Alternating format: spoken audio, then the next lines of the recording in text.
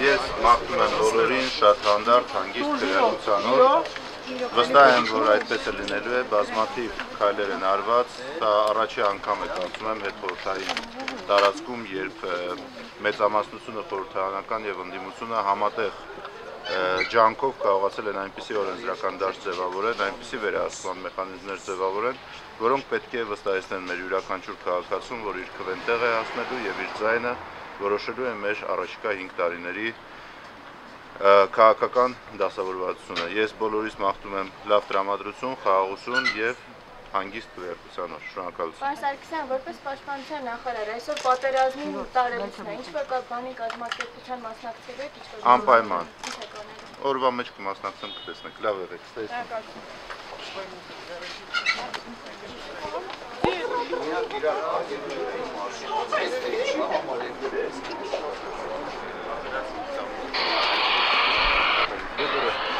Я думаю, что созданы достаточные механизмы и контроля, и того, чтобы все были убеждены, что их голос дошел до места, и все смогли спокойно выразить свои позиции в течение дебатов и в течение предвыборной кампании. Будем ждать результатов.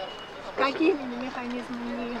Многочисленные, начиная от электронной регистрации, заканчивая публикацией списков голосовавших, заканчивая очень либеральными правилами для наблюдателей, поэтому я думаю, что все будет очень хорошо. Удачи!